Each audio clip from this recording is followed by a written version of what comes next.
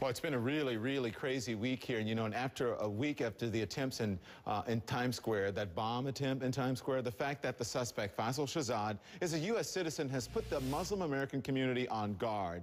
And in fact, some are saying that this latest terrorist act will increase law enforcement's scrutiny of Muslim Americans. Well, tonight we have those voices, and we want to hear from three of them from the Muslim American community. First one up is Arsalan Iftikhar, and he's the human rights lawyer and a founder of the MuslimGuy.com. And then Sumaya Khalifa is the executive director of the Islamic Speakers Bureau of Atlanta. And then Hussein Rashid is an associate editor of the daily online magazine Religion Dispatches, and a blogger and a speaker and a professor of race and religious issues. Hussein, let me start with you. You're a Muslim American man in New York City. How did this week affect you? What did you think of that this week? You know, Don, it's a great question, and I remember thinking, here we go again, after it was revealed that this guy was a Muslim. And I remember thinking, I'd rather, if something like this is going to happen, I'm glad it's happening in New York, because A, we don't scare. It makes me really proud to be a New Yorker, but B, I think we handled ourselves so well after September 11th, that while everybody across other parts of the country are calling out for profiling of Muslims, as though you can tell a Muslim by sight, in New York, things have just gone back to normal. That's what I was going to say. Before I get to my other guests, you sort of touched on a little bit what I was going to say. Many times you hear, and it's the honest truth, if someone does something wrong or does a bad deed, and African Americans will go, oh my gosh, I hope they're not black, when the picture comes up on television. You've heard this before. What did you think? Yes, absolutely. To you? Did you go, oh, I hope this guy isn't Muslim? I really hoped. I remember when the first stories were coming out, people were saying, oh, maybe it's a white guy, maybe it's a Tea Party guy.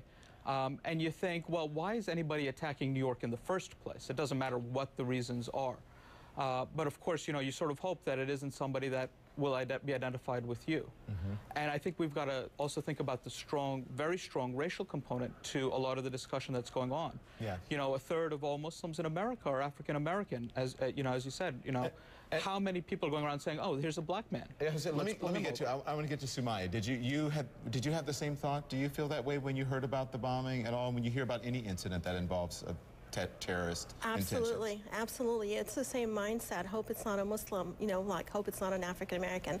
But at the same time, it really upset me in terms of the sense of insecurity that we have as a country right now. What's going to happen next? And whether it's a Muslim, it's a Christian, it's anybody, it's that sense of insecurity. And we all need to work together as a nation to work on bringing back the sense of security that we have been missing in this country for a while now. Mm-hmm. I want to ask Arsalan this.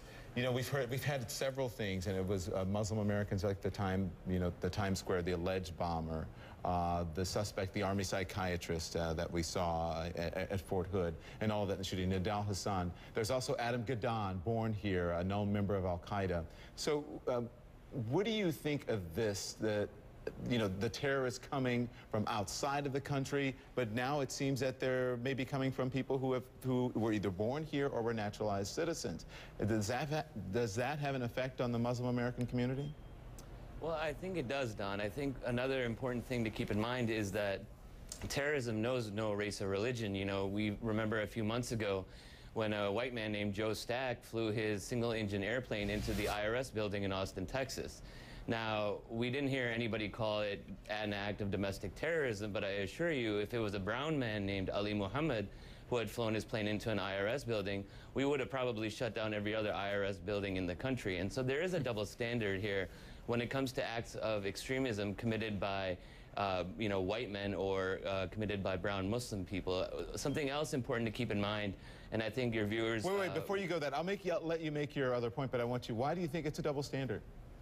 Well, again, I think that the term terrorism, sadly, within our public discourse has been co-opted to apply only to brown Muslim people, and I think that like I said, if the IRS plane attacker had been a brown Muslim man, I think that we would have, heard resounding calls, for it to be called an act of terrorism. But since it was a white guy named Joe Stack, we never heard the term domestic terrorism being used to classify it. And you know, I know we've done stories, Arslan, and maybe, you know, in the broader context, in the broader media, that may happen, but here we talked about that subject at CNN, and we also have used that term domestic terrorism when it comes to Timothy McVeigh.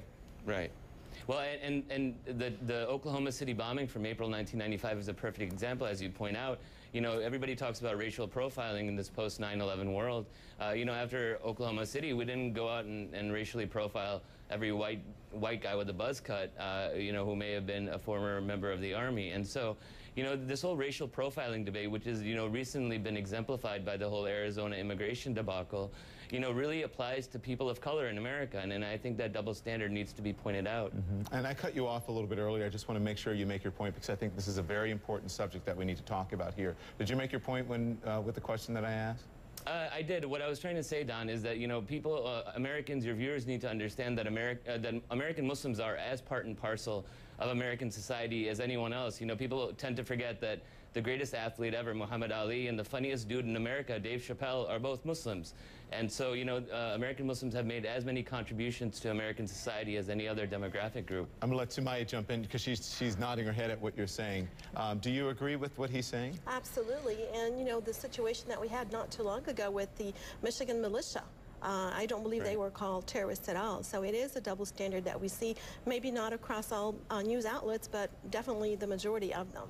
I understand what you guys are saying, and, you know, there are some very valid points, and I wish we could have a much, much longer conversation with this, because I would like to talk to you about that. But many of the people who do commit the acts are Muslims or either Muslim Americans, so you have to be cognizant of that fact. But there's not a reason to be profiled for anyone to be profiled. Wish we could have a broader discussion. Maybe we'll bring you back. We'll talk about that. Thank you guys so much. Sorry about your names a little bit earlier. The camera was a little bit far back and I couldn't read them, and I wanted to make sure I got them right. But thank you so much. I really appreciate it. Happy Mother's Day to all your And viewers. happy Mother's Day to you as well, and to your wives Mother's Day at home, and to your moms. Thank you. We really appreciate it. Thanks a lot, Thank you, Don. Don. All right, listen, now.